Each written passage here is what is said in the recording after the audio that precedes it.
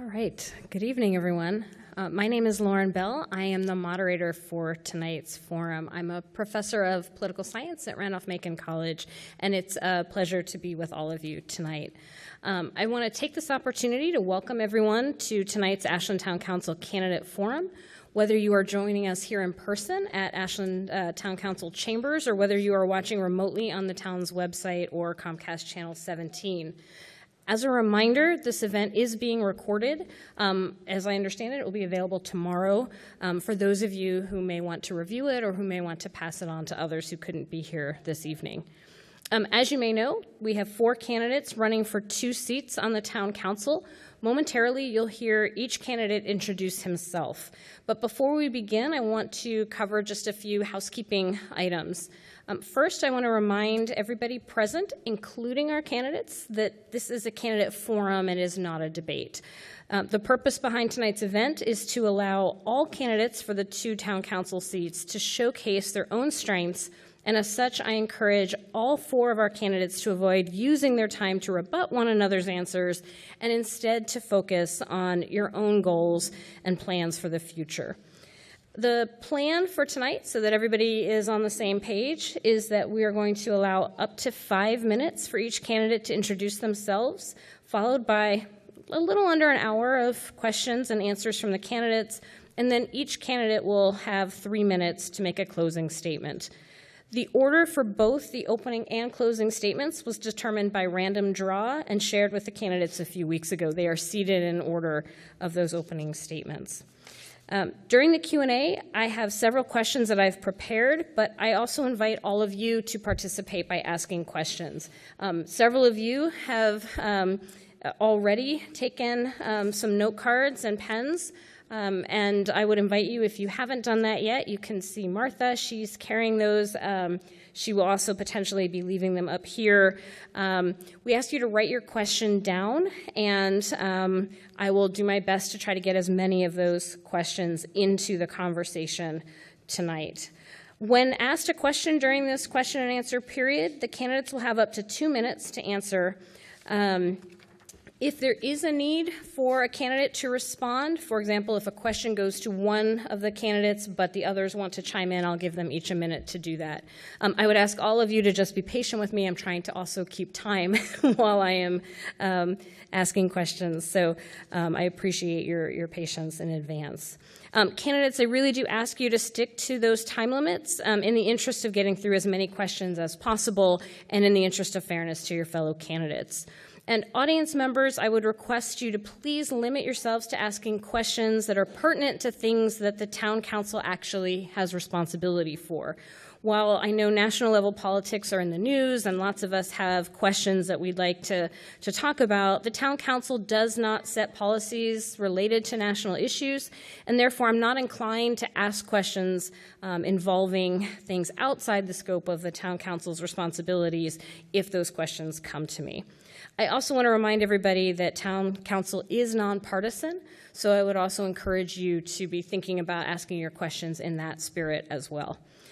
Lastly, this is a small town. Many of you know one another. You may know one or more of the candidates personally. I know some of you. I know some of them, but not all. My intention is to treat all candidates as equally and respectfully as possible. I would ask you all to do the same thing. So last kind of housekeeping item, please silence your cell phone and any other electronic devices you may have brought with you. I'm going to do the same thing here. You're welcome to take photos. Please refrain from using flash and from recording any sound or video. So with that, I actually take it back. We did not seat our candidates in order of their opening statements. So with that, I'm going to turn to our opening statements. Mr. Rogers, you have the first 5-minute opening statement. Thank you. My name is Louis Rogers, and I want to take a little bit of time here to go over some of my background and my experience to let you know a little bit about who I am and what I bring to the table. I was born in Pittsburgh, Pennsylvania, and went to school at Slippery Rock University at about 18 years of age. I currently live in Ashland. I live near the Y, just across the street there from the Y. I have my wife and a son who's here with me, and my daughter who also grew up right here in Ashland. I went to college at Slippery Rock University, and I graduated with a Bachelor of Science degree in Recreation and Resource Management, which is the study of plants and animals. While I was there, I got an internship in the National Park Service, where I spent the last 40 years of my life and where I am still employed. With the National Park Service, I moved around quite a bit, but spent most of my time here on the East Coast. I've worked in about 10 different parks. 4 of those parks are right here in Virginia: Petersburg National Battlefield, Fredericksburg and Spotsylvania National Military Park, the Blue Ridge Parkway, and Booker T. Washington National Monument. I started my career in the National Park Service as a law enforcement ranger, but quickly rose to the position of a supervisory park ranger, where I supervise about 5 to 10 law enforcement rangers. I climaxed that career after 25 years as a chief of ranger activities. After finishing my career as the chief of ranger activities, I became a superintendent, and I spent the last 15 years as a park superintendent, both at Petersburg National Battlefield and at Fredericksburg and Spotsylvania National Military Park. One of the proud things that I have about those 2 parks is both of them are Civil War parks, and both parks have national cemeteries. There's about 400 units in the National Park Service, and only 14 of those units have national cemeteries, and I managed 2 of them, one of which I was able to overhaul with a $4 million project. Some of the other jobs that I did in the National Park Service were I served in wildland fire, where I fought fires out west in California, Oregon, Idaho, Wyoming, and I fought fires here in Virginia. I was a part of wildland search and rescue, and I also currently serve as a liaison officer with the Eastern and Western Incident Management teams. And the main job of liaison officer is that whenever we go into a situation, we go all throughout the country, it's my job when we go into a certain area to link up with the local people there, with the local institution organizations to make sure we're in sync. I also spent 8 years in the United States Naval Reserves as a CB within the construction battalion, last based out of NMCB 23 out of Roanoke, but I also detailed at the Naval Weapons Station Yorktown. I was trained as a heavy equipment operator, where I learned how to operate a bulldozer, a rough terrain forklift, a front end loader, a rough terrain grader, and a 13-gear road ranger, which is a large dump truck. I came out of the Navy with an honorable discharge as a petty officer 2nd class. I was also licensed as a Baptist minister in 1994 under the Reverend Noel C. Taylor at High Street Baptist Church, located in Roanoke, Virginia. I served as an associate pastor in a number of churches, including Shiloh Baptist Church, located right here in Ashland under the Reverend Michael Shannon. Today, although I'm on sabbatical, I'm still serving at Anointed New Life Baptist Church under Reverend Diane C. Mosby. I've also served sometimes as a scout leader, and I spent some time as a volunteer firefighter, where I started out when I was in high school at Penn Hill Station Number 1, just outside of Pittsburgh, real close to my house. I later joined Station 70 in Crescent, PA, just outside of Altoona, PA, which is where I had my first station in the park. One of the reasons why I took this time to tell you all of these things about myself and to give you a little bit more about my background is to let you know that I've had a lot of experiences. I've lived in a lot of different places. I've worked with a lot of different people. Right now, I'm a superintendent, which is basically a white-collar job, but I also spent time in the Navy in the Seabees, which is basically a blue-collar job. So I've seen things from all different sides and all different walks of life. I've lived in areas that are cities and urban areas as big as Center City, Philadelphia, where I was stationed in Independence National Historical Park. I also lived in Montebello, Virginia, where I was stationed at James River at the Blue Ridge Parkway. So I've had the opportunity to see a lot of people, to meet a lot of people, to have a lot of experience. I've got a lot of flexibility and a lot of understanding. I like people. I like to talk to people, although I am an introvert, but I still enjoy talking to people and getting to know people, and I've learned that they are our greatest asset. Thank you. Great. Thank you, Mr. Rogers. We will next move on to Mr. Malloy. Mr. Malloy, you have 5 minutes to make your opening statement. Thank you. My name is Drew Malloy, and I'm running for town council, as you can see. And I come before you as somebody with 42 years of public service experience at the local, state, and federal level. I moved to Ashland with my wife about 5 years ago. We were living somewhere else in Hanover County. Believe it or not, our first stay was in 2003 at Ashland Tea and Coffee. And we kept coming back to Ashland because we kept visiting, and we eventually found a place to live, and we fell in love with the community. The fact is that I walk every morning, so I've gotten to know a lot of people around the community, and it's just a vibrant community that I wanted to contribute more to. But first, my wife and I have 4 children between us. We have 7 grandchildren, which keep us quite busy. And I'm a product of Levittown, New York. You might detect a slight accent after 50 years of living in Virginia. I'm a graduate of James Madison, and at the time it was Madison College, which is what I just refer to it as Madison. So, I've been living here in Virginia for 50 years now, so I'm quite familiar, and mostly in this area, in the Henrico, Hanover area. Levittown, for some of you who may not know, was a planned community for returning GIs, and my dad was a returning GI.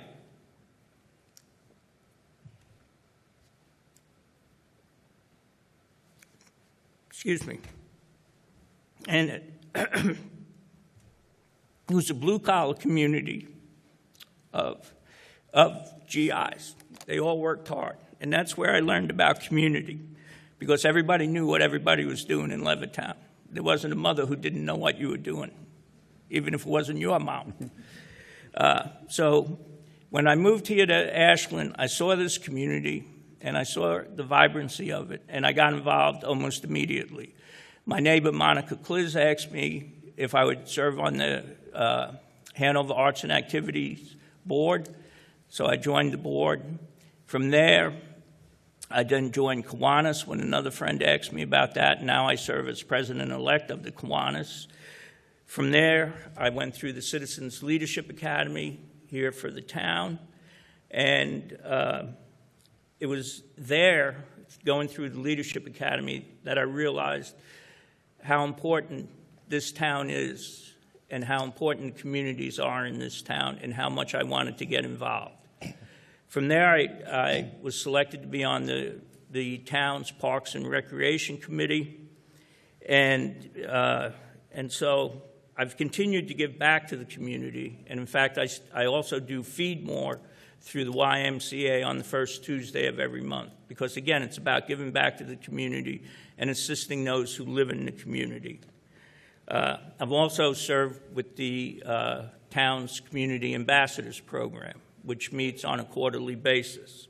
So again, for me, it's about community and serving that community. Real quick, I have 42 years of public service, as I mentioned. I've worked with budgets ranging from $1 million to $450 million when I was with the federal government. I've supervised staff. I've taught leadership programs, ethics programs. I've also done policy planning and program development and implementation at all 3 levels. I first started as a substance abuse case manager in the city of Richmond, and then was a probation and parole officer, and gradually moved up. So I'm familiar with the different communities that exist in towns and cities. My last position was Director of Community Corrections in Chesterfield County. While there, I supervised the staff of 50 in 2 offices, one at the Chesterfield County Courthouse and one in Colonial Heights. We were responsible for 1,800 individuals on both probation and pretrial supervision, and we worked exclusively with community organizations with evidence-based practices, because the main goal was how could we make sure that the individuals we supervised were getting the help they needed to contribute back in the community and giving them a second chance, which they may not have had without what we were doing. My goals: listen, learn, ask questions, and respond to the individuals in the community. That's the most critical piece for me, is responding to the individuals that we're elected by and treating everyone the same in all of the communities of Ashland. That is time. Thank you.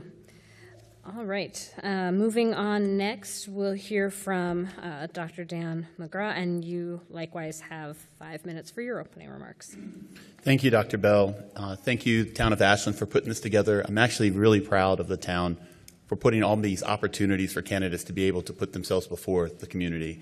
There's really cool things of the videography that was done. The town took care of that. I really appreciate staff for organizing that and making sure that everyone had a chance to present themselves in a good light, and also for this time for us to be able to speak before all of you. Don't want to go too far without first thanking my wife. I wouldn't be here without her, and I literally would not be here without her, and I greatly appreciate her, and I'm glad she's in attendance too at this moment. I'm appreciative of the 4 daughters that she produced and the 3 grandchildren we get to love upon, so it's really good. I moved to Ashland in '92 when I was 17 years old, looking for a wife and a future. And I stumbled upon Randolph-Macon, and I found this beautiful woman that I said, I'm going to one day marry, and sure enough, I did. And so we have grown up together. Basically, my entire adult life has been here in the town of Ashland. I remember lots of cool things happening. I remember when Puffer Belly Park was just a little tiny, place where one swing was and one merry-go-round was, and now it's this beautiful Ashland Kiwanis Puffer Belly Park. I remember when there was lots of debates about how the corridor of 95 was going to change everything, and so many debates at the table at dinner about Walmart and whether it's coming, not coming, and what it's going to do to our tiny little town. And lots of people were listening and working to make sure that did turn into a decent thing that we can all appreciate. And I also remember the really scary third rail discussion, which is still going on for us. Trust me, all of us on the dice are still constantly making sure that our town's protected. And with that, I say the things that concern me are preserving our rural character, making sure that we're, yes, inviting businesses and enticing a little bit of smart growth, but do so in such a way that allows us to protect our rural community, our parks, our sidewalks, and so forth. I also want to tell you about something that I activated and did. The council was very supportive of it, but when I first ran, I ran on the idea that everyone should have access to broadband. And this was before the pandemic, before it was really popular to really, really spend money on. And once I got onto council, I spent the next couple of months lobbying everyone in Congress. And I went up there, and for like a month and a half, I knocked on every single door. I talked to every single congressman. And sure enough, they did increase. It wasn't because of me. I was just one of many people doing that. But I just want to say this because when I say I want to help preserve our rural character, I'll actually go out there and actually try my best to make it happen. When I say I want to help grow small businesses, I'll actually go there. It's just like I went out there to help broadband expand. And so we were able, with council's approval, be able to put in dark fiber, be able to entice a new ISP to come. And so we have 2 new providers, one that's on a business side, one that's on a private side or public side. And I'm a Latin teacher by trade. I've been a public school teacher for 25 years. I have a bachelor's degree from Randolph-Macon. I have a master's degree from VCU, and I have a doctorate degree from Liberty University. And I say that proudly because those are 3 very different universities and colleges with very different aspects, and it gave me a perspective that I think helps me become a better public school teacher, a thing of, again, which I'm proud of. Also, while serving as a teacher, I am the past president of the Ashland Kiwanis. I am the past chair of Plan RVA, the largest regional body that meets to discuss big plans and big ideas. I've served as a football coach, soccer coach, and a variety of things, including the Ashland Variety Show, which I'm sad we haven't had in a while, and maybe it'll come back. But that's me in a nutshell. I hope I can earn your vote at the end of the night or sometime between now and the day you decide to vote. Thank you. Great. Thank you. All right. And finally, we will move on to Mr. Edwards, and you likewise have 5 minutes. Well, first, I would like to thank Dr. Bell for holding this event or being the moderator, and the town for actually holding this event, and everyone for coming out, especially the students from Randolph-Macon here to see our political course in action, democracy in action. Well, I've been here all my life. I've been here since I was 5. I was born and raised here. I went to Patrick Henry, Gandy, Liberty, and currently am taking classes at Randolph-Macon College right now in political science. I hold a bachelor's degree in business management, an MBA in business administration and associates in business management. And I'm going to go back after I get this degree from Randolph-Macon and finish up my dissertation. It's on my desk at the house, ready to turn in. So I will go back, get my dissertation in business management, then maybe further my education. It's crazy I'm still not done. But I want to keep Ashland small. I know progress is needed, but I want to move Ashland forward with small growth, make smart decisions, and I want to be a part of that decision-making progress in our daily lives.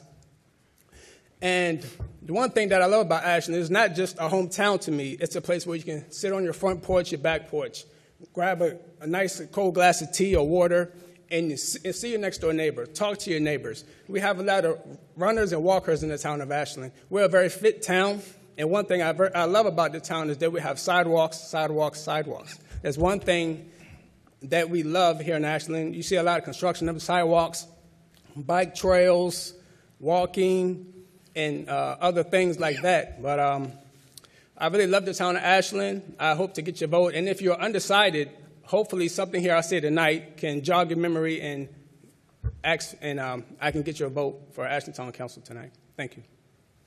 Okay, thank you very much. All right, so we have heard from all of our candidates.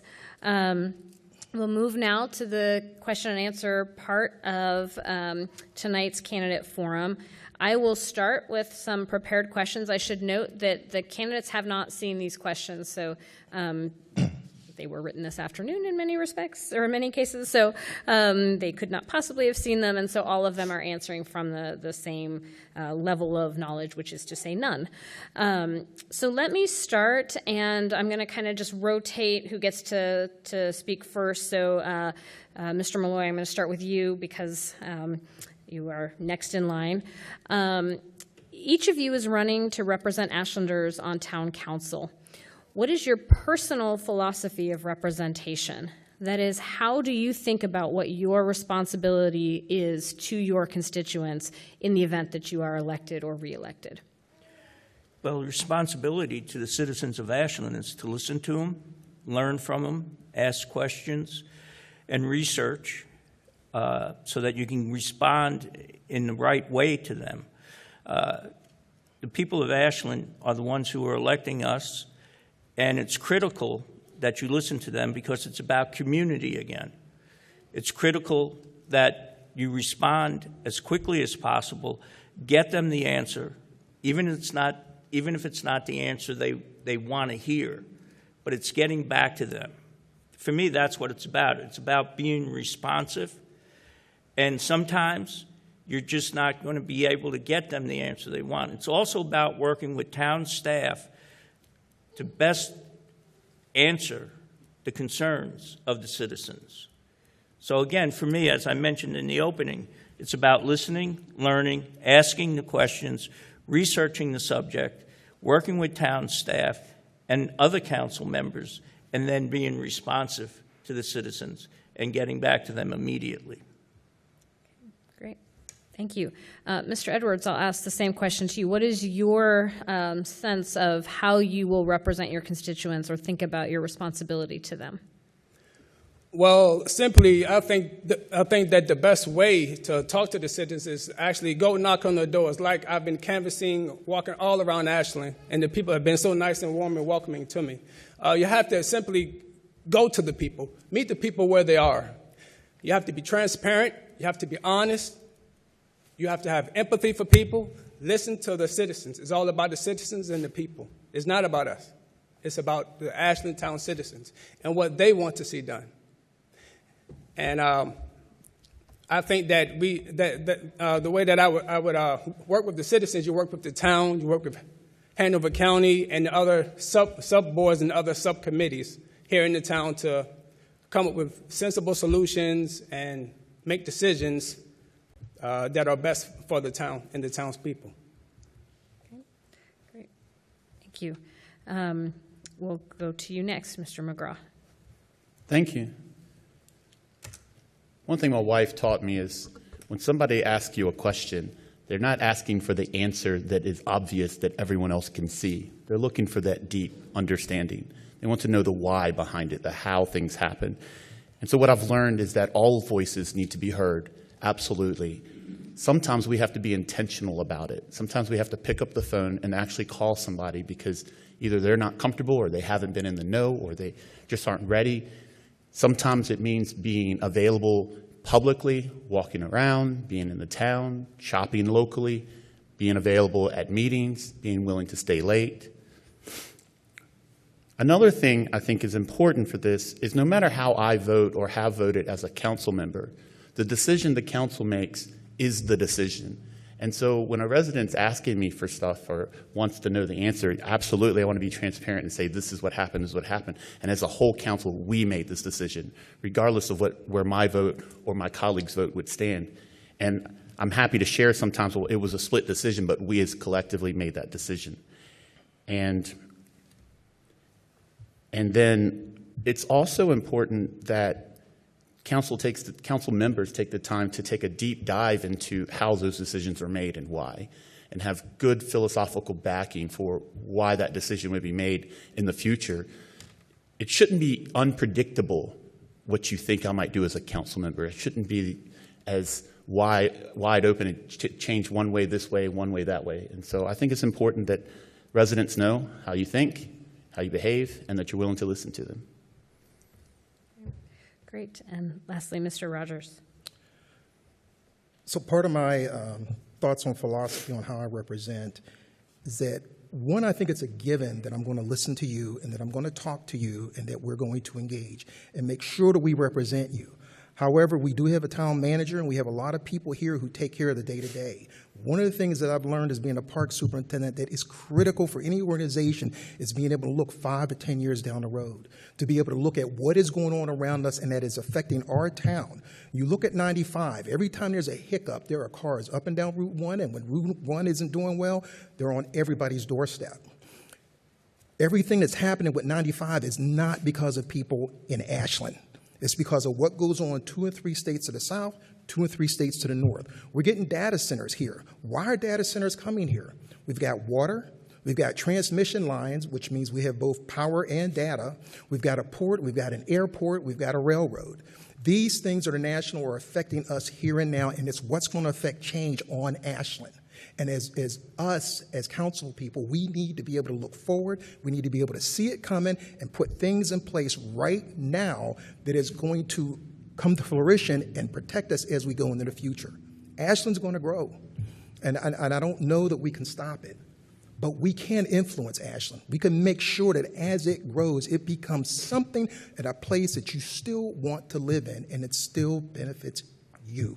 So a big part of our job is to represent you, but the other big part of our job is to be forward-looking, to be strategists, to be looking forward, looking ahead, and preparing for what's coming down the road. There is not always in here. We're being affected by forces that are outside of here, that are countrywide, and that are all over the United States. It's our job to be prepared and to guide you through it. Okay, great. Thank you. Mr. Rogers, you just touched on growth, and that actually brings me to my second question. And this time we're going to start with you, Mr. Edwards. It's no secret that growth is a perennial concern in Ashland.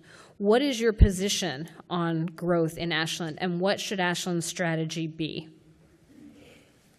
Well, like the other candidates has been saying, growth is coming. We can't prevent it, but we can slow it down a bit. Now here in Ashland, a lot of the Ashland people love the small town charm, the small town feel, and especially downtown where the tracks are. They love to keep that old town look, that organic look that a lot of other municipalities and towns don't have. It's original. So we have to have growth, but it has to be smart growth. It can't be too big. It can't come and take over whole sectors, whole cities, whole areas. Like if we have a big, like when Walmart came here, there was a really big controversy. If it would take away from a lot of the mom and pop stores and take away a lot of their money and revenue and bring traffic and stuff and other things like that around. So So every decision that we make and every big company that wants to come into Ashland, we have to really think about it, sit down, and is it really good for the citizens? Is it going to help them out, or is it going to hurt them? Is it going to make more traffic, or is it going to have less traffic? Is it going to make it easier for the Ashland citizens to get around, to commute, or is it going to bring up property values, raise up property values in their homes? So not all growth is good growth, but smart growth, controlled growth, is the best kind of growth. All right, Dr. McGraw, we will come to you next. What is your position on growth in Ashland, and what should the town's strategy be? The town already has a strategy. It has a long-range comprehensive plan that we thoroughly vet through, asking residents what they want for the future. We have a 5-year plan, a 40-year plan, and then sometimes we've had conversations where maybe we wouldn't even have a 70-year plan to see how much further down we want to have these thoughts coming. We take into account data collected from survey research from the citizens. We take in account thoughts that citizens brought to council in the past and other council decisions. So those plans are already in place. But I envision you as residents want to have, specifically, Dan McGraw, what is it that you see? Not just we have this plan, this document sitting over there. And so specifically what I'd love to see more, and something we still work towards, is small business growth along the downtown community, a lot more infill, maybe movement of certain businesses that aren't really contributing to the downtown feel to an area where it might be better located. And I don't want to call out individual businesses, but that's the kind of incentive programs we've been working. I hope that we're still working towards. I say we're working towards it. I don't want to speak for council. It's not fair. But that's kind of the thing that we're working towards. There's also, our land is limited, and we have to really start thinking about certain land uses that will be for the future. And I'll speak specifically to the southern part of our town, where there's about 15-ish, maybe a little less, 10-acre plots of land. And those lots aren't getting developed in likely my lifetime. But at some point they will, when somebody comes in and wants to bring electricity and water and so forth. And so we've been working towards, well, what's our plan for the future for those areas? What should they look like, rather than have a big developer come in at the last hour and all of a sudden people are scrambling to try to understand what's going on. There's actually documentations of things that have been thought about. So that needs to be done. And then finally, we need to really think about our traffic plan. We did a deep dive on our sidewalk plan. That is time. Oh, okay. My apologies. Yes. That's okay. Hopefully you can work the rest of your answer back in somewhere else. It's so all right. We'll next go to Mr. Rogers. And again, the same question for you. What is your position on growth in Ashland, and what should the town's strategy be? Okay, and like as you said, I've partially answered that question already.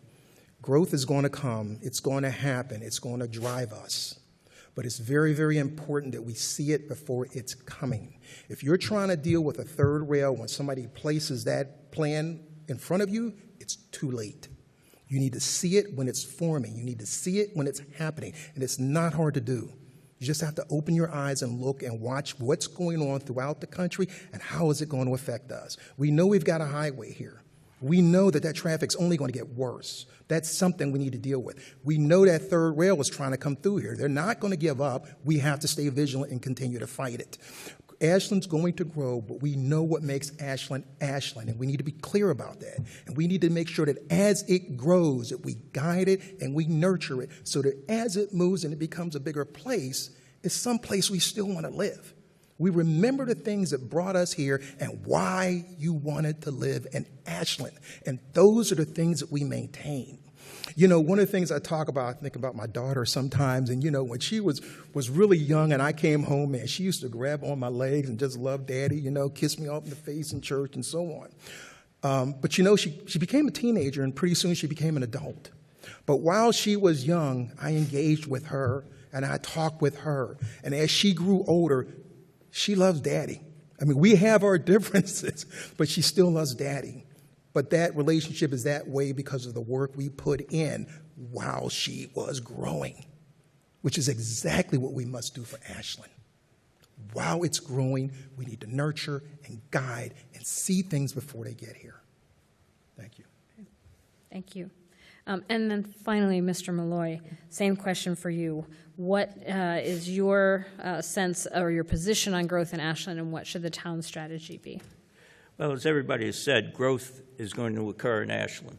You're going to have the Holland Tract development. You're going to have what happens with Henry Clay, what happens with Route 54 heading west out of town, what happens with the Lauredale property. These are all things that we're going to see growth occurring in Ashland.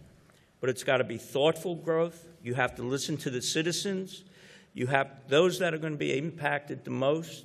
You have to see how it fits in with the comprehensive plan of the town, how it fits in with the strategic plan of the town. But again, you also have to listen to the citizens and the communities that are going to be most impacted by these developments.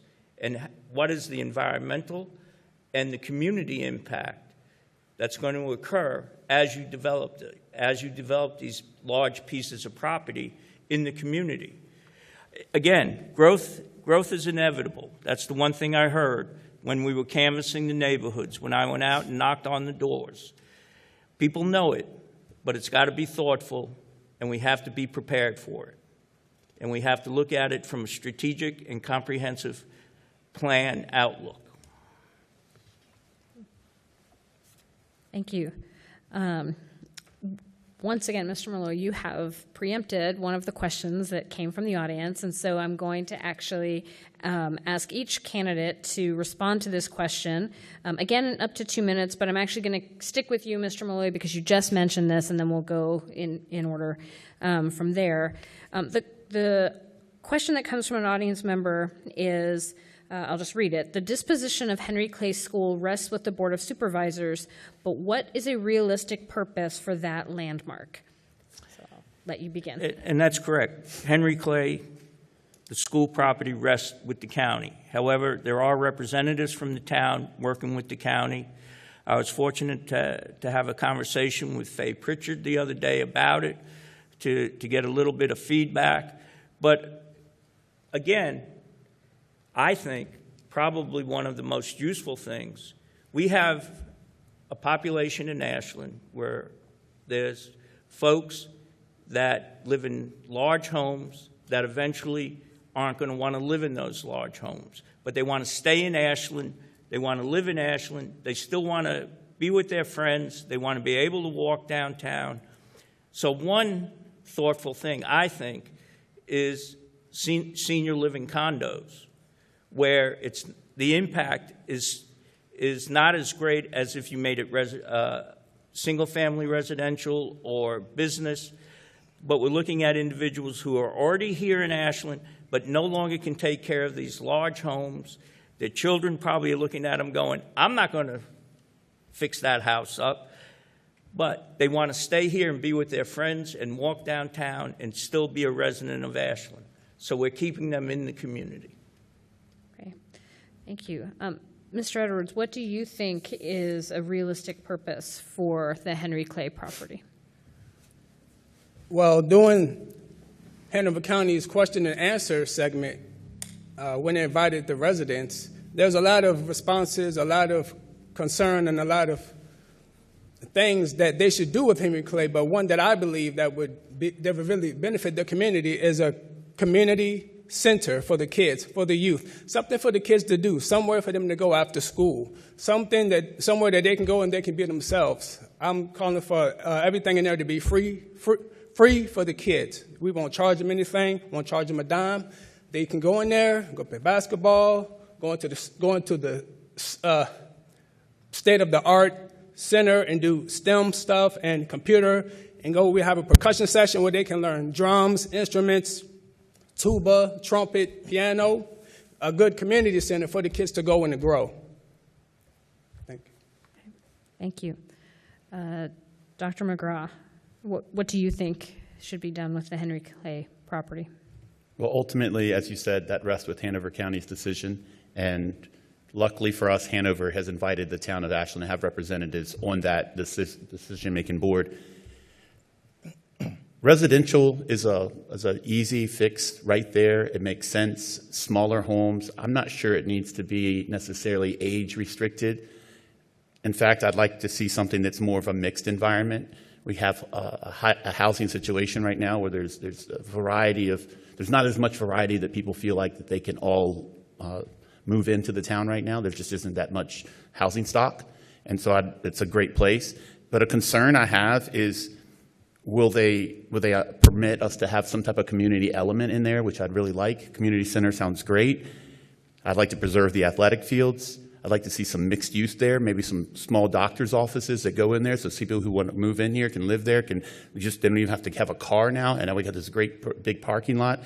And I say that because that parking space has been huge for our events, and I'd hate to lose that. That's my plans on that. Thank you. And finally, Mr. Rogers, how would you repurpose that property if you could?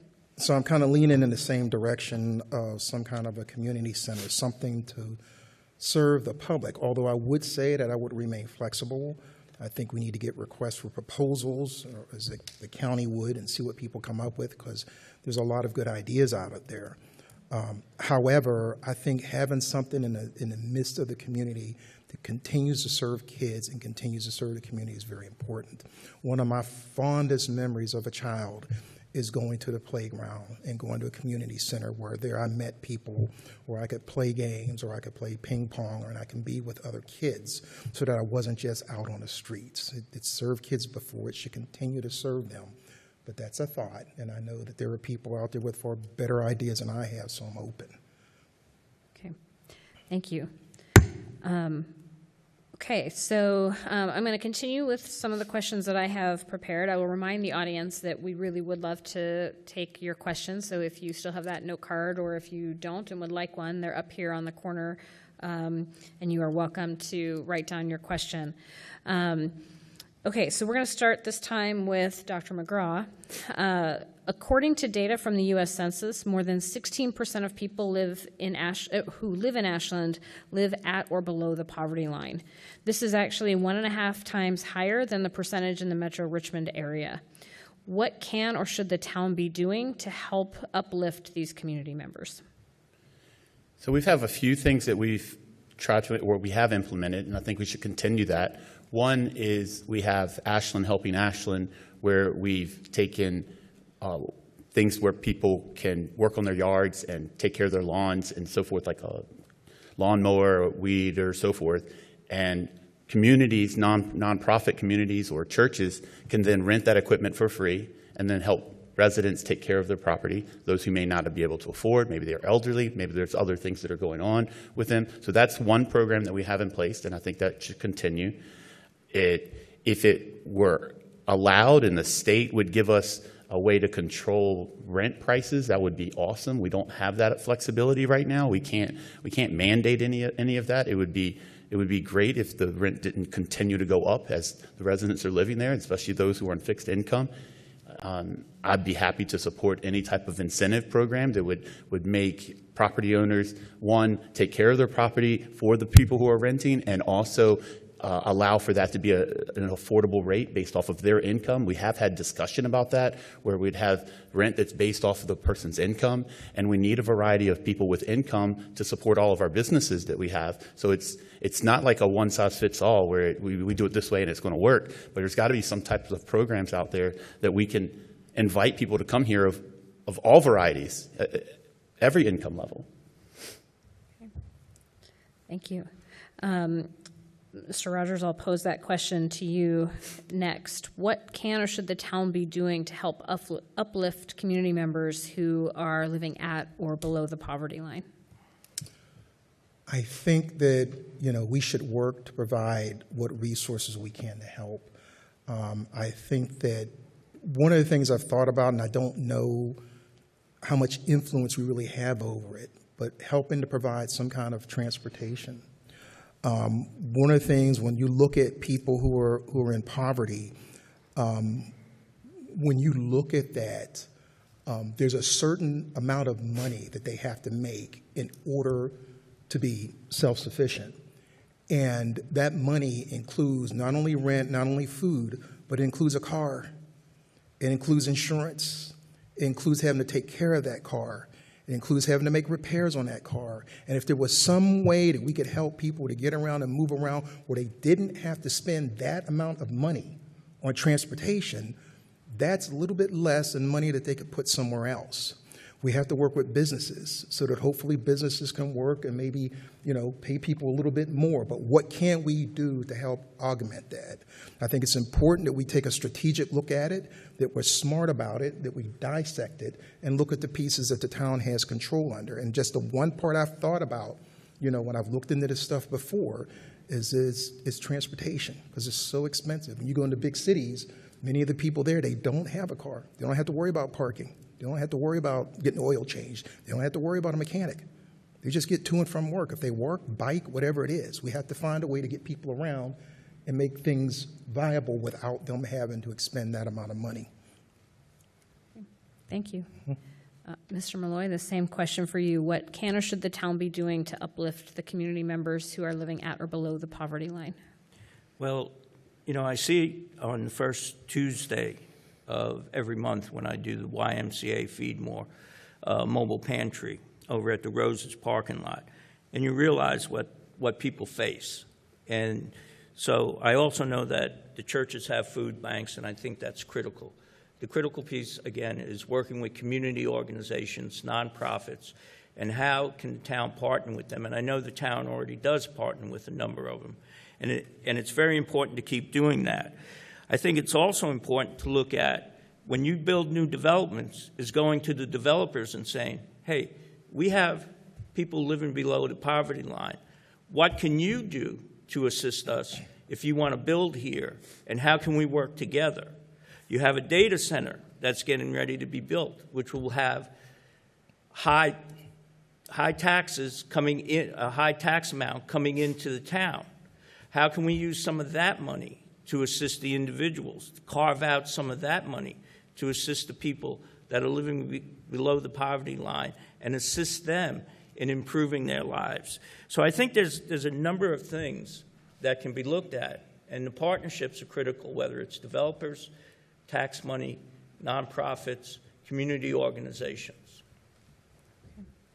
Thank you. And then finally, the same question for you, Mr. Edwards. What can or should the town be doing to uplift our community members who are living at or below the poverty level?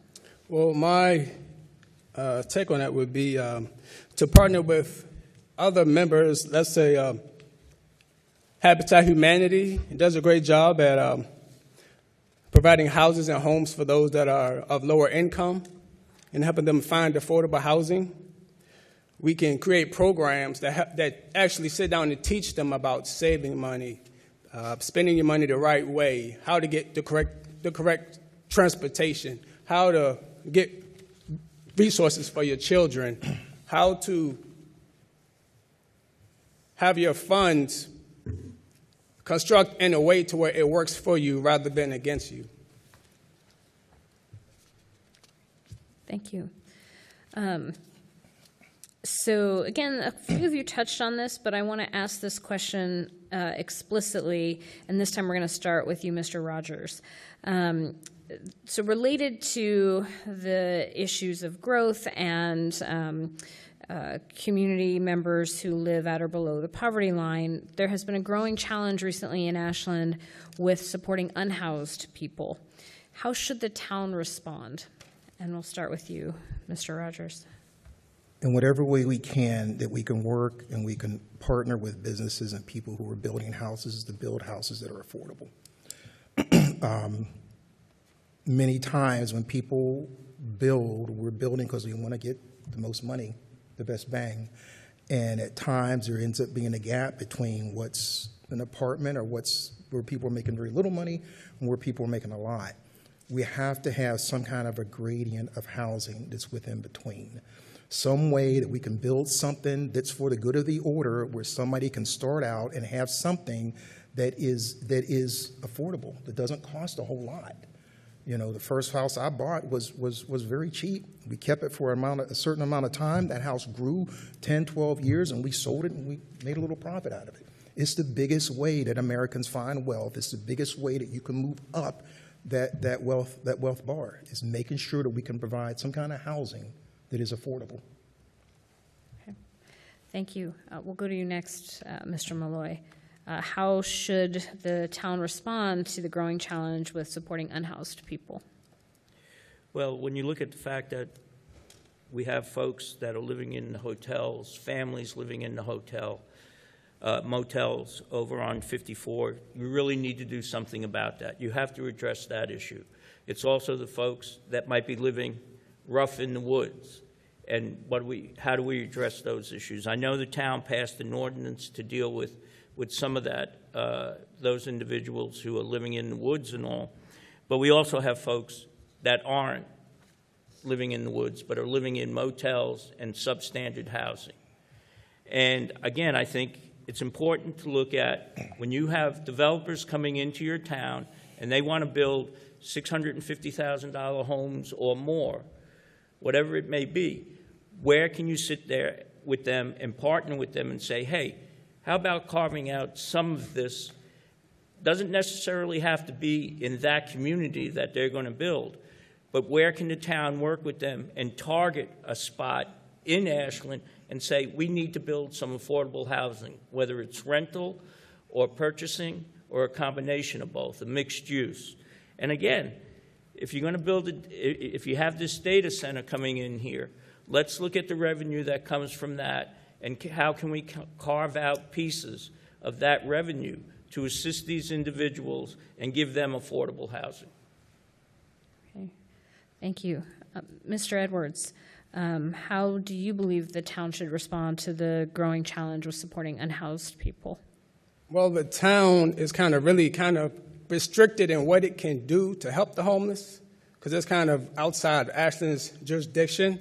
So it's kind of like a Hanover County kind of thing. But what Ashland can do, we can partner. Already, we have a partnership with Daily Planet out of Richmond, and they come here and help us with those that are that doesn't have a home to go to or something. Partner with different organizations that can help us get these people into homes. Like I said on my last answer, we might have to actually go to these people, see what their problem is, help them, try to get them resources instead of charging them with a misdemeanor or something. That's going to hurt them when they go to apply for an apartment, go to apply for a hotel. So that's one less thing that they can worry about if we don't charge them with anything. Sometimes you just got to go and give them a warning or just go talk to them or give them a grace period or something rather than, charging them with something. They're just trying to do the best that they can out here trying to make it. All of us are one paycheck away for being in their position. Thank you. Lastly, then, Dr. McGraw, how would you respond to the question of what the town should be doing to support unhoused people? Thank you. First, I want to add a point of clarification. The town already, in partnership with the GRTC, provides free transportation to anyone who lives in town, to any place in town. And we've even partnered to go some places outside of town so they can get to the GRTC bus line, which is either free or really low cost. So I just want to make sure that people know that that's available.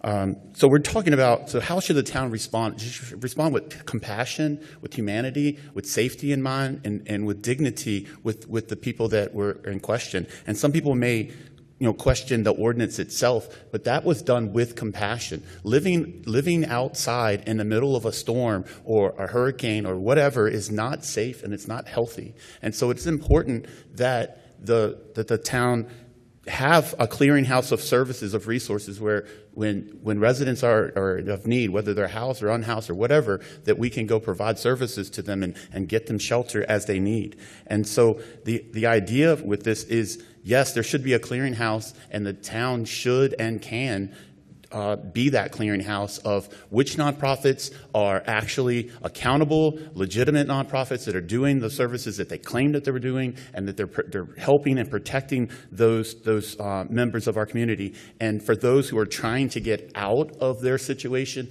we should be able to provide them opportunities to do so and not stay. But I have a family member myself who wrestles with this and is in and out and has constant income, but wrestles with the idea of being stable and being able to be where he needs to be at times. And sometimes it's just a challenging situation. And the town can't be a know-it-all, be-it-all. But I'll be honest, I would support a shelter if we could afford it. I would support any type of way of making sure that people are taken care of, that they're healthy, and that they're safe. Thank you. So this next question also encapsulates a question that we received from the audience, and this time we're going to start with you, Mr. Malloy. Two of the primary relationships maintained by the town are that of Hanover County and Randolph-Macon College. What are your thoughts about these important relationships? Well, the partnerships are critical because we rely on Hanover County for some of the utilities and backup of law enforcement and fire, EMS. And so maintaining that relationship with the county is critical. And we have to work closely with them. I think we're fortunate in that we have a representative on the board of supervisors who is very passionate about the town, and that's important. And I believe Faye Pritchett puts the town first when she's going before the board and what's best for the town. Randolph-Macon, we have students and families that contribute to the community. The students live in the community, the parents shop in the community, the students shop in the community. We have activities at the college, so it's important to utilize those relationships. We have a new president at Randolph-Macon. I'd like to think that we can continue the strong relationship that we had with the prior president and keep it moving forward in a positive manner. I walk on the campus every day when I do my morning walks, and I get to talk to the students, and I get to see what they're like, and it's a wonderful feeling to be over there, talking with the students and hearing from them.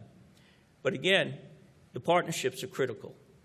It's a give and take between the town and both the county and the college. Great, thank you. Mr. Edwards, would you comment on your thoughts about the relationships between the town and Hanover County and Randolph-Macon?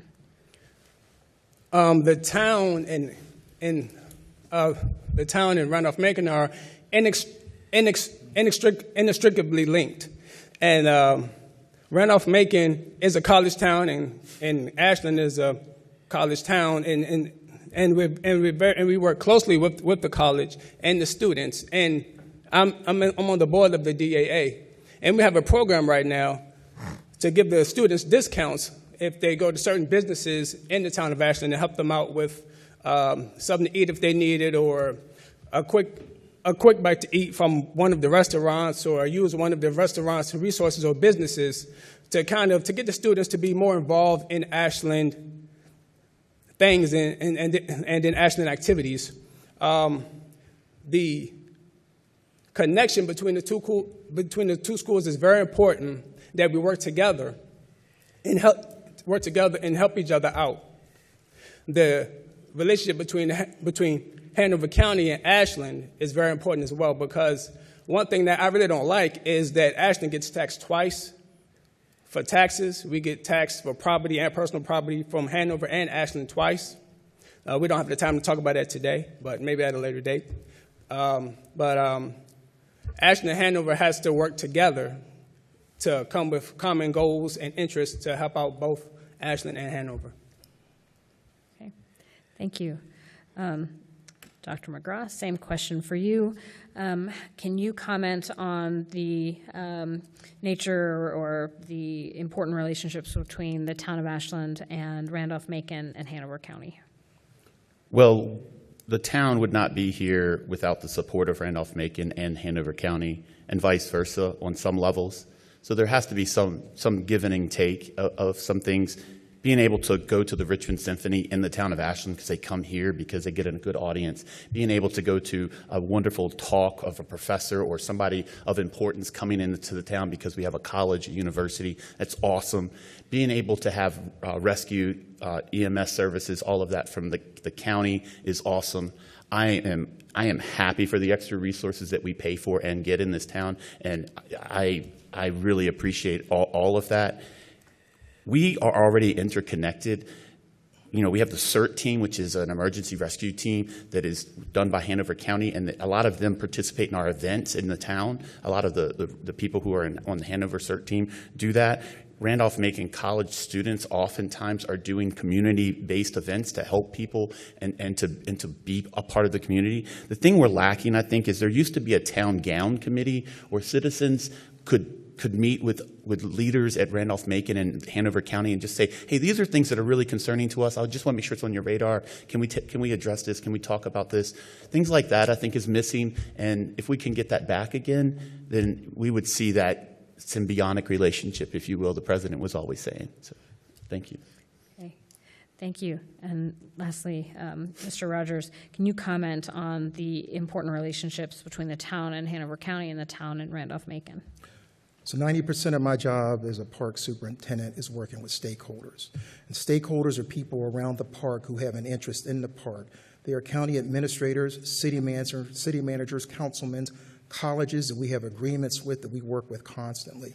One of the things I've learned as being a park superintendent that is very, very critical is you have to develop relationships with people before you need them. We need to work on a constant time of communication. There are times when I've met with a city manager at Petersburg. We had coffee like once a month. I met for lunch with the county administrator at Dinwiddie. We did that once a month. I constantly met with people and talked to them to have small talk, to chat, and to talk about things that were small things as they were occurring.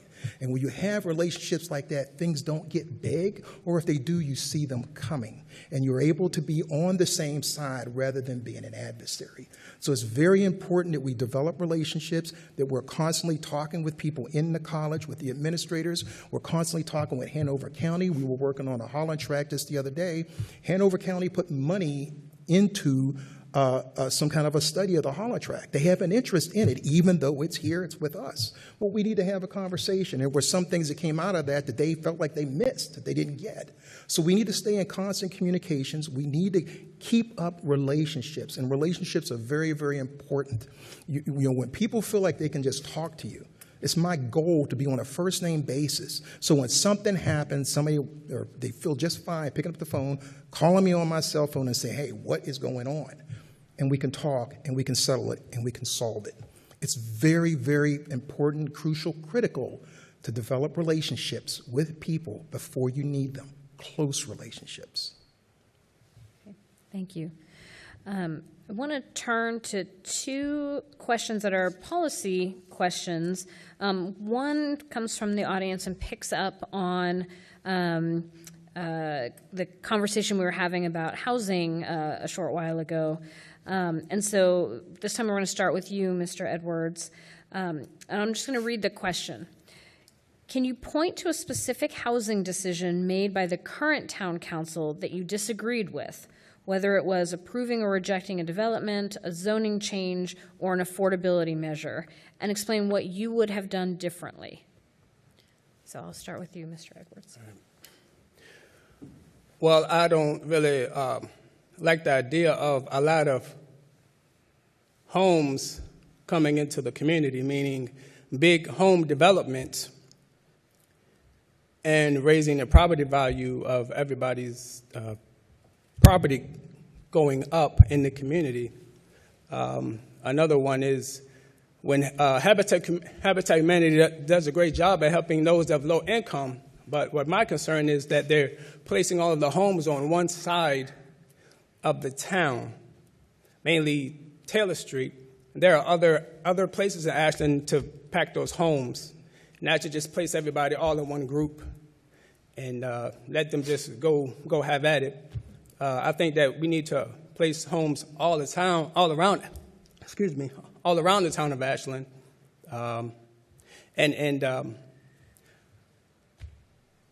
not be so quick to bring in a big developer that's going to have the houses be in the 300s to be in the 3s or the 4s to rent or to buy. That's about all I have for that answer. Thank you. Dr. McGraw, Can you point to a specific housing decision made by the current council that you disagreed with, and explain what you would have done differently? I'm not going to disagree with town council's decisions. I'm going to say, if you'd like to check my records on things where I voted differently, you're welcome to see that. But I'm going to support the decisions made by council. However, I will specifically point to a time when there's a negotiation, and you can watch it live if you'd like to see it, of the western part of 54, western part of Ashland, where they're going to, by right, the developer could have put 9 houses in based off of the plan that we had. And a lot of the residents were concerned, we don't want to see that many houses in there.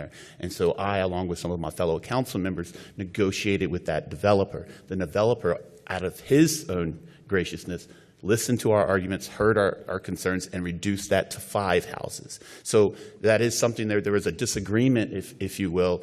I don't know what I would have done differently. I was on the phone with him a lot. I was on the phone with residents a lot. Only other thing I could think of is maybe a few more calls of people that maybe didn't call me initially, but I did pick up the phone to try to reach out to people. Again, I'd be hesitant to say I'm going against my colleagues, so, yeah. Thank you. I'll ask you, Mr. Rogers, the same question. Can you point to a specific housing decision made by the current council that you disagreed with, and explain what you would have done differently? The only thing I can point to that I've seen that's even close to that was passing of the law for making, homelessness within the area illegal, something that the police have to go and deal with. I understand there was a need to do that, and I understand that was an issue and that was a problem. But I am hoping that there is a way that we can approach things a little bit differently. We put a lot on law enforcement officers to deal with, and they are trained to deal with people breaking the law. And when these people get cited, one of the things they pointed out to us is that sometimes if they're cited, that can impede on their ability to find shelters. And sometimes they won't let them in there. If there's some other way that we can work, that we can give them a little bit more time, if there's some other way that we can come up, that we can support another group that can come in here and engage with them before it gets to that point, that would be something I'd like to see done differently. Even if there's some way that we could provide some kind of a shelter, some kind of a halfway something that we can work with businesses on to give people another chance. I don't have any really good answers for that, but it's a concern of mine that I'm hoping that we can find a different way to deal with. Thank you. And finally, actually not finally, Mr. Malloy, how would you respond? Well, I understand the need for the ordinance regarding the unhoused individuals, especially those that were living in the woods and such. I understand that. However, having spent 42 years working in the criminal justice system and providing assistance to individuals who needed housing and needed employment and needed to work with community organizations, I have a feeling that there's a need to do more. And my concern with the ordinance was, if you charge somebody and then they go to court, if they can get to court because they have no transportation to get there, are they going to be charged with a failure to appear and then come back? That was my main concern. Now, I'm hoping that will be addressed as we move along with the ordinance. But individuals who are going to be charged because they haven't moved and they're still camping, that's my concern. What happens to them if they get involved in the system and they're charged again? What happens with them? Thank you. Am I able to respond to that? Because we're addressing what council did, and I just want to make sure we're clear on what the ordinance has. At this point, no, because we are short on time. And if there are questions about what the council did, my understanding is that council meetings are posted online, and information about ordinances are also available as well. So if there's if any of you have questions about that, I would refer you back to the town's website for that information.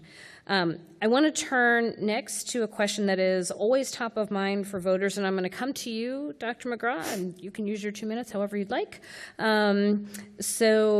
Taxation is always top of mind.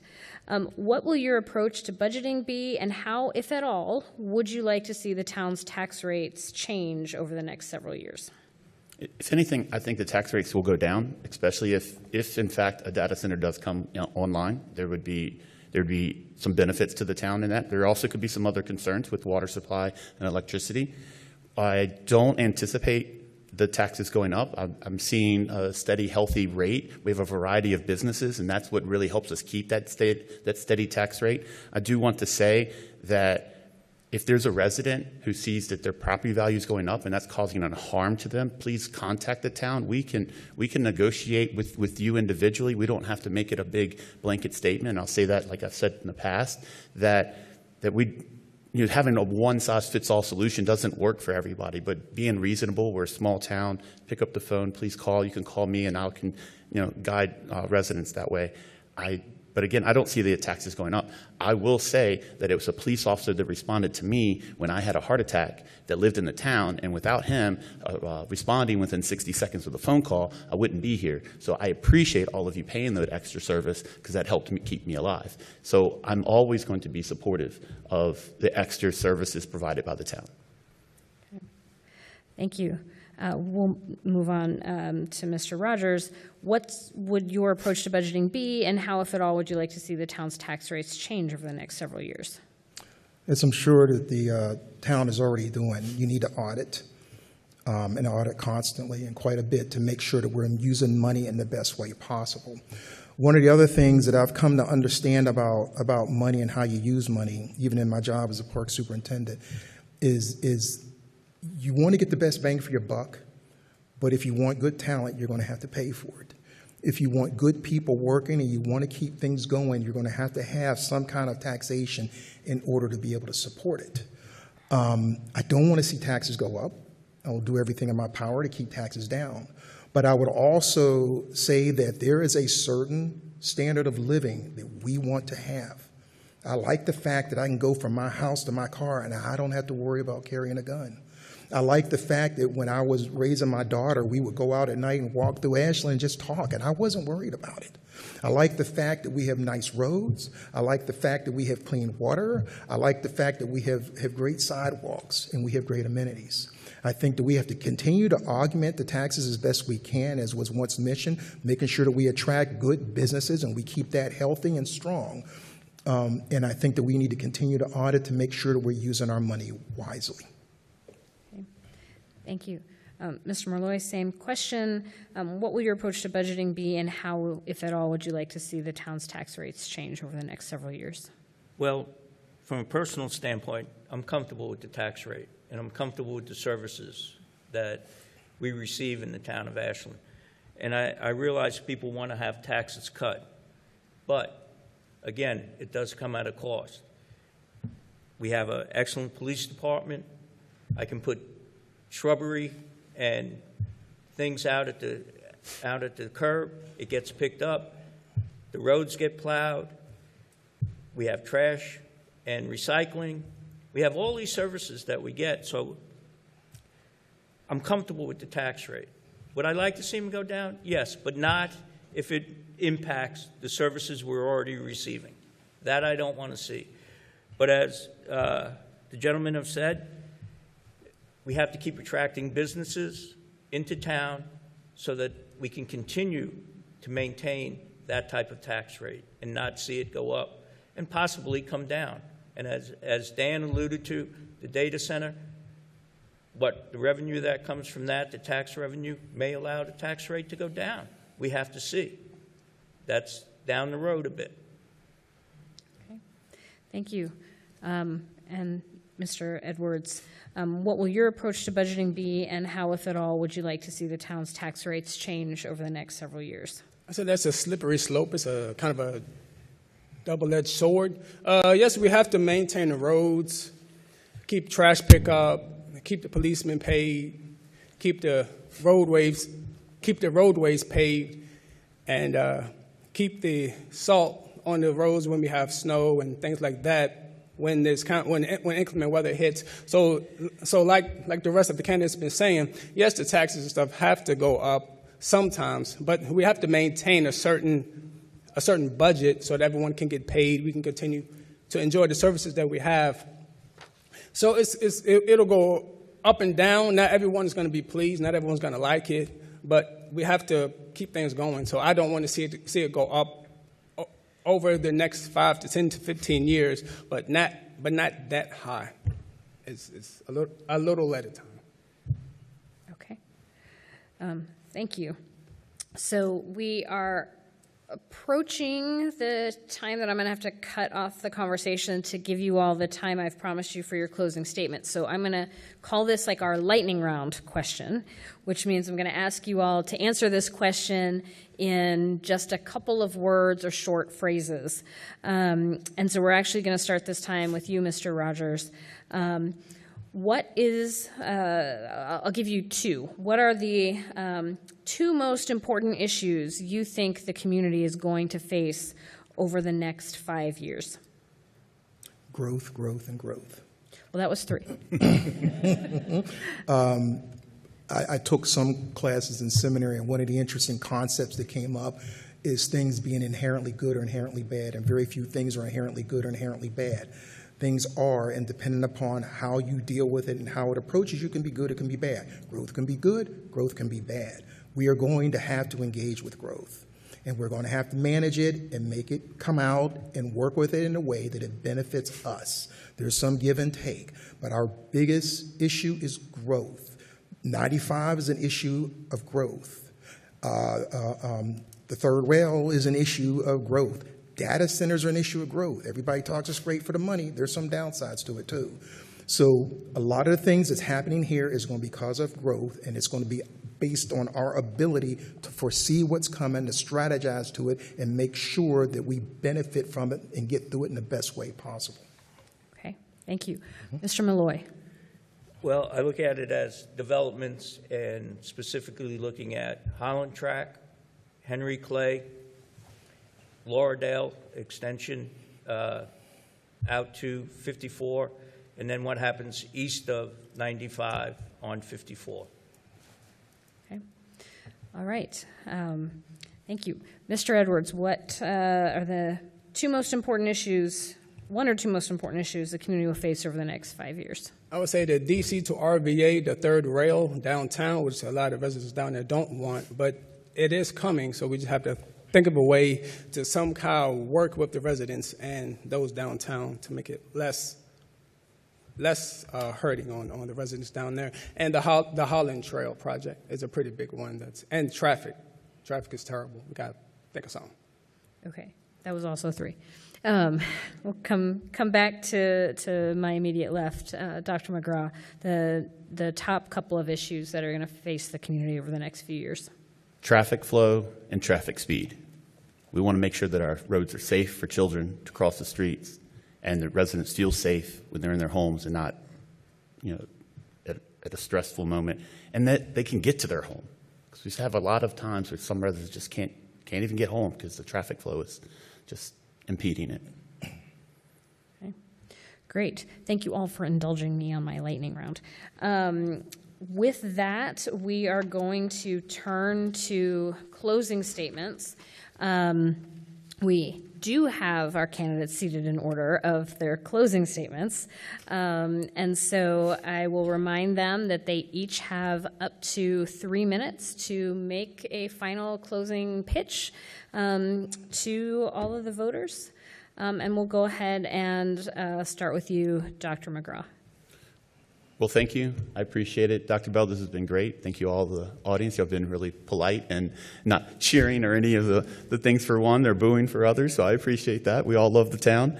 I'm very proud of our I-95 corridor incentive program. I think it's brought in some really cool businesses, and you're going to see some even cooler businesses come up in that area. And it's a great place for growth to happen. It has a little impact on residents, but definitely has a huge impact on our economy, which is great. I'm really proud of our work on the Trolley Line Trail.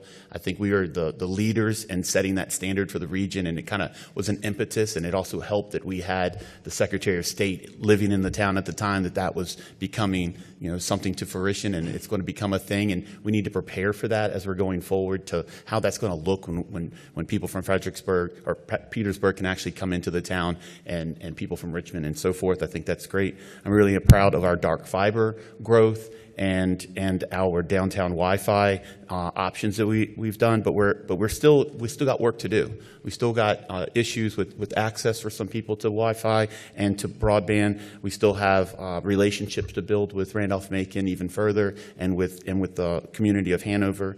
And I'm hoping that you'll trust that I'm going to help protect the rural community and nature, and I'm going to help us have successful and responsible growth, and that I can help take care of this community along with you. So with that, please vote for me.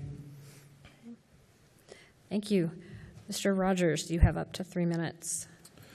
If you would bear with me, there's this song that I really love. It was sung by Madonna, but the lyrics of it were particularly kind of heartfelt to me, and they go like this. This used to be my playground. This used to be my childhood dream. This used to be the place I ran to whenever I was in need of a friend. Why did it have to end?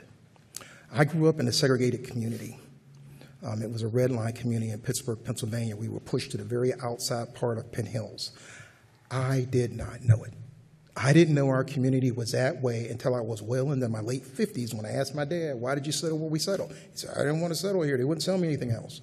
So we ended up settling in that particular place. But the one thing that came through to me is that it was safe, and it was loving, and it was one of those places where, the parents saw you, and if you were going somewhere you didn't know, it got back to mom pretty quick. There were no cell phones, but you would have thought there were some, because she got that information quick, and they got to us fast. What I have learned through that is that communities are created by people, it's created by your involvement, and it's created by your energy. It's created by what you put into it. Because they put so much into the community, I never knew. And when my mother did those kind of things, it did something to me. It tripped something in me. When I went away to college at 18 years old, I had every plan of coming back home and working in the community, working in a community center and serving my community, because I had this very strong desire to give back. I felt compelled. I got a job in the National Park Service, and 40 years later, here I am. When I go back to my community's gone. And I think the reason why that happened was because people were forced to live there, and when they got a chance to choose, they chose, they left. So it's not there. But I still have that strong desire and that strong passion to serve my community. We have to pay things forward. We have to learn. Somebody's got to learn how to do something for the good of the order and not because you're getting something out of it. I still have a lot of passion left. I'm going to be retiring soon from my job, and I still got a lot of vim and vigor and fight.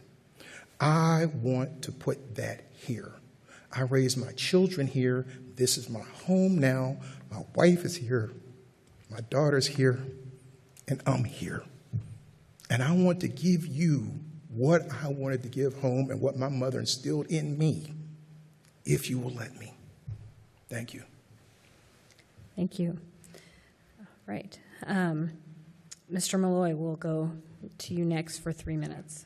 I want to thank you again, Dr. Bell, and Martha and all the staff with the town for putting on the forum. I think it was very informative and worthwhile. For me, again, the emphasis is going to be on community and listening to the residents and hearing what they have to say and working with the town staff to do what we can do best to address the concerns of the community. It's about being accessible and being open with the folks and being honest with them and letting them know I can't make promises, but I can work for you. That's my goal, to work for you. While I've been campaigning, I've been fortunate enough to go into every community in Ashland. No matter where it was, myself and some friends that helped me, we went into every community canvassing. I got to see parts of Ashland I didn't know existed. I know the diversity of Ashland now, and I'm willing to work for everybody that lives in those communities that I've seen. And we're going to keep putting forth public service ahead of anything else. I've spent 42 years in public service trying to help others better their lives, and that's my goal, trying to help those in Ashland better their community, working with them and working with the town, because it is all about the community. Thank you. And finally, we will turn to Mr. Edwards, and you have up to 3 minutes for your closing remarks. Thank you, Dr. Bell, for being the moderator. Thank the town of Ashland for putting this event on. Thank you, Martha, as well. I want you to vote for me because I believe that I'm the right candidate for the job. I have the experience, the know-how. By me being on the board of the Downtown Ashland Association, it has gave me an opportunity to go out with the citizens, go to the businesses, and make certain decisions, hard decisions, in real time that impact lives and the citizens here in Ashland. I also took the CLA, the Citizen Leadership Academy, not once, not twice, but 3 times. I'm going to retire this year, sadly. But I just wanted to take it more so I can learn more about the community, get it in my head, and actually put in the work and actually do what it takes to know the community, know what I'm getting into, not just to get into it, just to do it. I'm not new to this. I'm true to this. And I will do my best to work for the town of Ashland, work with the committees, the council that's up here, and do what's best for the people in the town of Ashland. I want to keep Ashland small because I was raised here. I love this town. Like I said, I've been here all my life, so I would keep Ashland small. Yes, Ashland has to grow, but smart growth and not make it too big. I don't want to short pump us. I don't want to Mechanicsville us. I don't want to Henrico us. Just keep it small and quaint and quiet and safe. So I hope to earn your vote on the 4th of November. Thank you. Vote for Derry. Great. Thank you. Before we thank our candidates for their time and their energy and their commitment to public service, I want to thank all of you for being here tonight, or those of you who are watching us online. I want to thank you for tuning in. I also want to remind you that early voting is taking place now, and that the last day to vote is on the official election day, which is November 4th. So at this point, I hope you all will help me thank our candidates for their public service, for their commitment, and for joining us this evening. Thank you.